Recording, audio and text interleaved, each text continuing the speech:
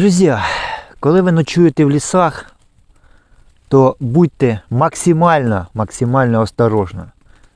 Так як в лісах много обітає всякої нечисті, всякої хрені, яка з удовольствием обголода ваші кості і вам просто прийде хана. В даний момент я нахожусь в одному дрімучому лісу і розпалив от костер. Я з трудом його розпалив.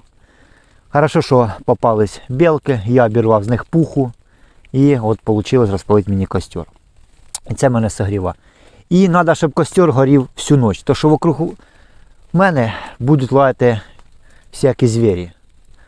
А в таке время часто ходять зимні тролі. Буде время, я вам постараюсь зняти цього зимнього троля і показати. Це дуже опасний, хитрий звір, ребята.